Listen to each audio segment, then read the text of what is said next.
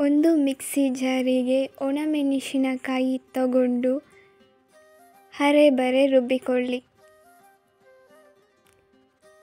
ಈಗ chilli flakes ready. ಒಂದು ಪ್ಯಾನಿಗೆ ಎಣ್ಣೆಯನ್ನು ಹಾಕಿ, ನಂತರ ಕಟ್ ಮಾಡಿಟ್ಕೊಂಡಿರುವ ಮಶ್ರೂಮ್ ಮತ್ತು ಕ್ಯಾಪ್ಸಿಕಮನ್ನು ಹಾಕಿ. ಈಗ ಮಿಕ್ಸ್ ಮಾಡಿಕೊಳ್ಳಿ.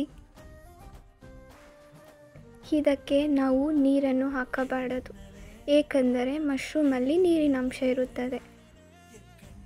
ಈಗ ಫ್ರೈ ಮಾಡಿ ಮತ್ತೆ ಲಿಡ್ಡನ್ನು ಕ್ಲೋಸ್ ಮಾಡಿ. ನೀರಿನ ಅಂಶ ಹೋಗಿ ಫ್ರೈ ಆದ ನಂತರ ಇದಕ್ಕೆ ರುಚಿಗೆ ತಕ್ಕಷ್ಟು ಉಪ್ಪು, ನಂತರ ಪೆಪ್ಪರನ್ನು ಹಾಕಿ ಮಿಕ್ಸ್ ಮಾಡಿಕೊಳ್ಳಿ.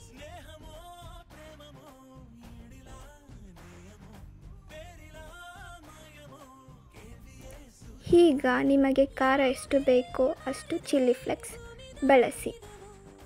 ಈಗ mushroom and capsicum fry ready.